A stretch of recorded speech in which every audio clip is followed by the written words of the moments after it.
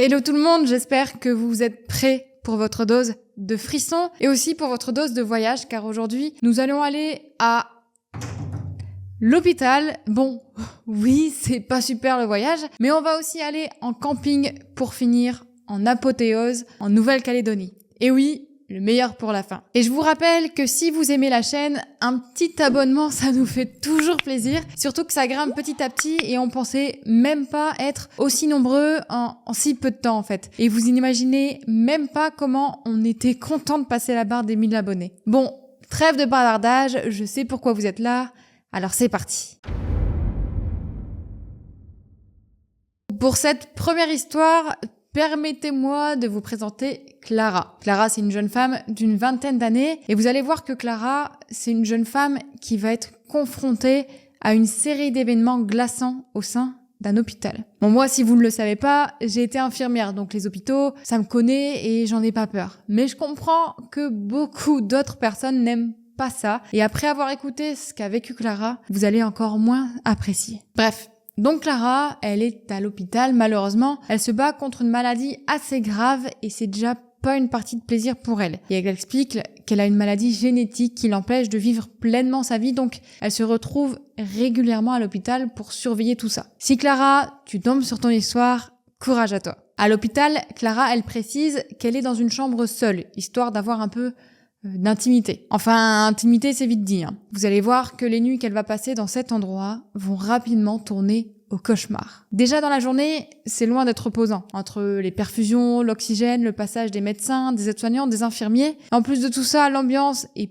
pas franchement hyper cool. Donc si au moins elle pouvait se reposer la nuit, et vous allez me dire, ça va. Sauf que, pas du tout. Pour vous préciser rapidement, la chambre de Clara, elle est au bout du couloir et en face, il y a une espèce de recoin, une espèce de renfoncement dans le mur assez sombre où les infirmiers rangent des chaises roulantes pour les patients qui en ont besoin. Bref, au milieu de la nuit, elle entend des bruits bizarres, comme des pas qui traînent devant sa porte. Et à part des infirmiers ou infirmières, comme elle est au bout du couloir, il doit y avoir personne. Donc Clara pense logiquement que c'est des infirmiers qui passent. Mais les bruits, ils reviennent encore et plusieurs fois par nuit, à un tel point où ça la gêne vraiment pour dormir. Et elle en a besoin de dormir car a priori son traitement est fort, donc elle doit se reposer. Et le lendemain matin, elle va demander aux infirmières si c'est possible d'avoir une sorte de boule qui est pour éviter d'être dérangée quand il passe dans ce coin-là. Sauf que l'infirmière à qui elle en parle, elle est dans l'incompréhension la plus totale, car il n'y a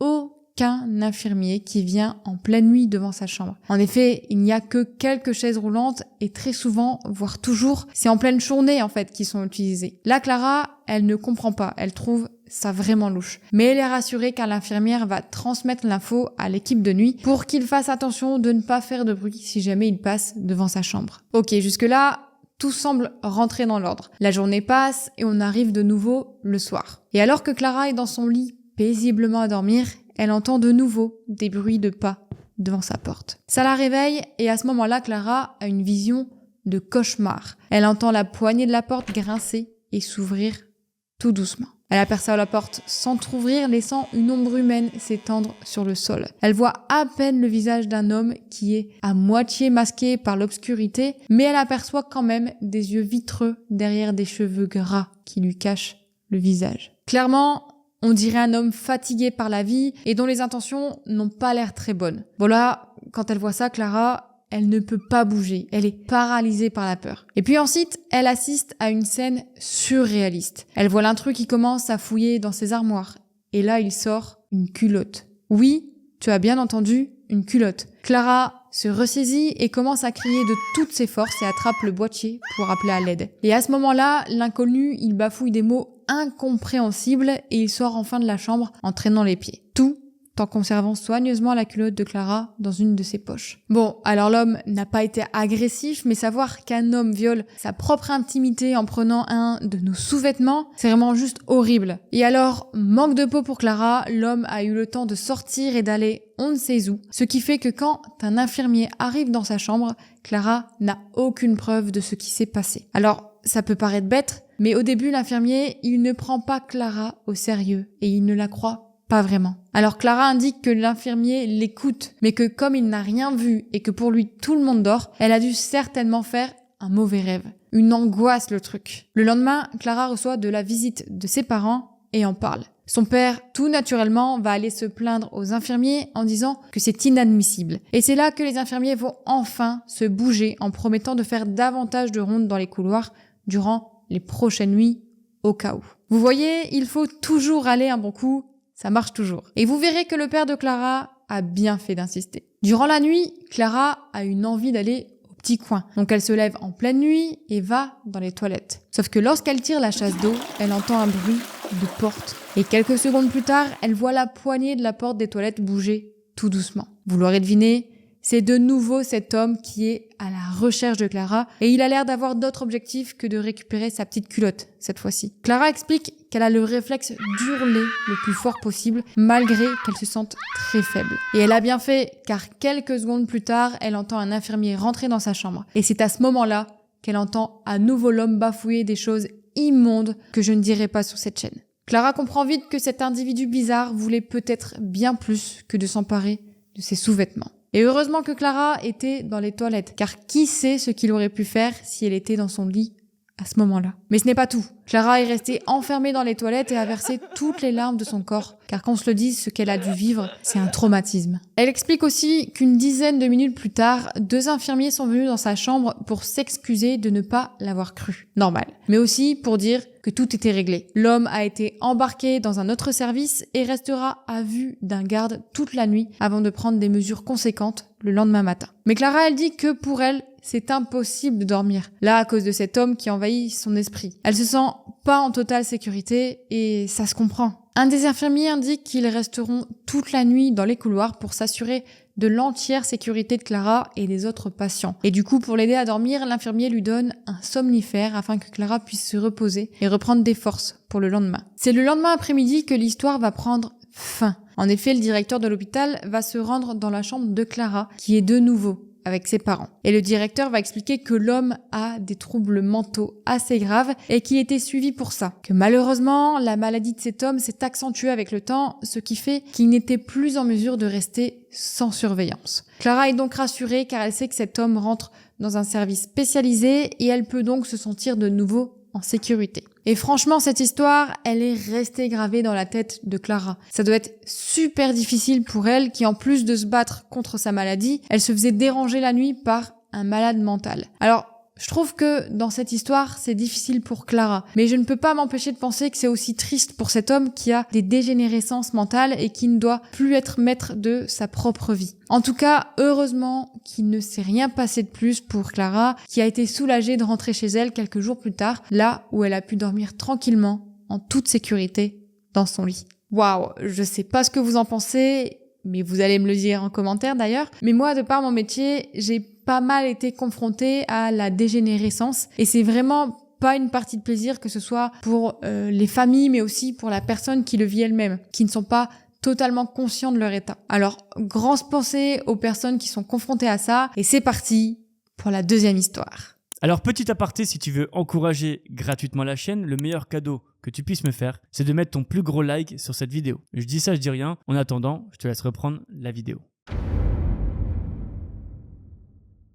Et cette deuxième histoire, je suis contente et fière de vous la raconter car c'est l'histoire d'un abonné. Alors merci à toi Mickey. C'est le tout premier témoignage sur la chaîne de la part d'un abonné et j'espère que ça ne sera pas le dernier. Alors faites comme Mickey et envoyez-nous votre histoire à l'adresse mail que vous trouverez juste ici en description. Ça nous a fait tellement plaisir quand on a reçu ce mail, alors c'est ton moment à toi Mickey, profite. On est en 2019 et Mickey a 12 ans au moment des faits. Depuis plusieurs années, la mère de Mickey, sa sœur et lui partent en camping en bord de mer pour un long week-end. Ils n'ont pas forcément les moyens de partir pour de longues vacances, donc un long week-end, ça fait toujours du bien. Puis, avec le bon air de la mer, quoi de mieux pour changer du quotidien? Si vous n'avez jamais fait de camping, en vrai, moi, c'est l'endroit où j'ai eu mes meilleures vacances quand j'étais petite. Au passage, merci maman pour ça. Donc, le dernier soir de leur long week-end, après avoir aidé sa mère à préparer le repas, Mickey installe la table quand un groupe de 3 hommes s'arrête à leur emplacement. Ces hommes ont entre 30 et 40 ans, ils ont l'air soignés et commencent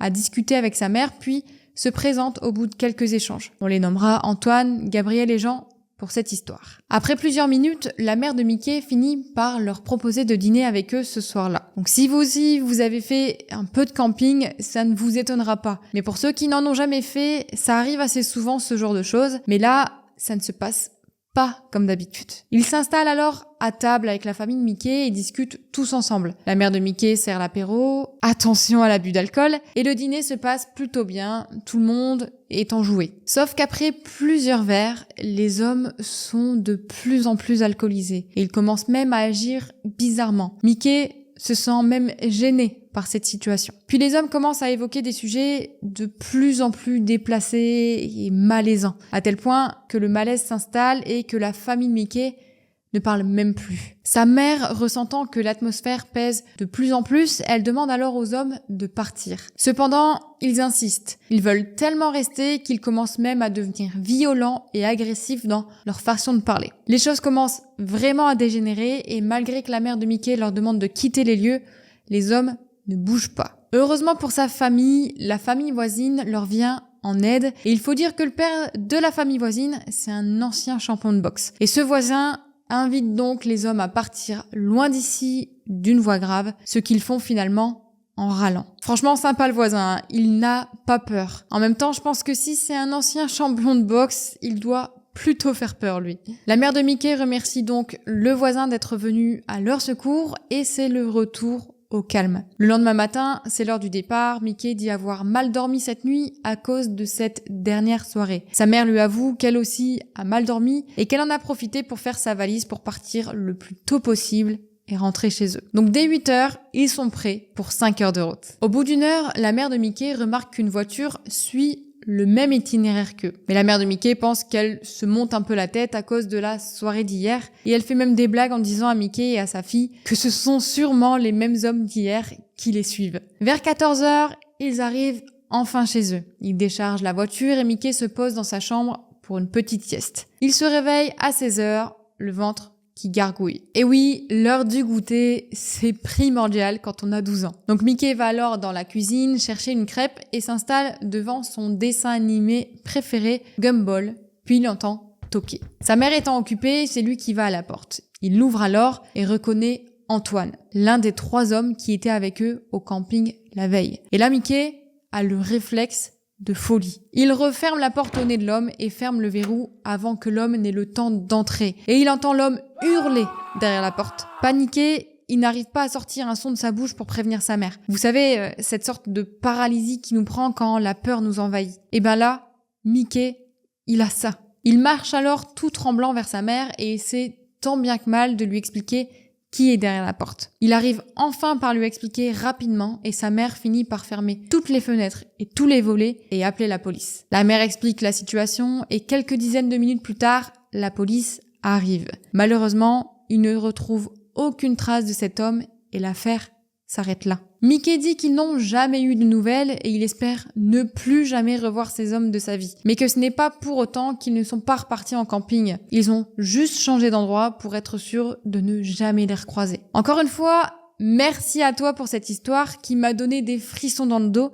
Surtout que je sais ce que c'est le camping et que c'est tellement possible le fait d'inviter des gens à dîner à la dernière minute sans vraiment les connaître parce que c'est plus convivial le camping. Bref, pour remercier Mickey de sa participation, s'il vous plaît, faites exploser la barre des likes. Et maintenant, installez-vous bien confortablement car c'est la dernière histoire et elle est tout aussi flippante.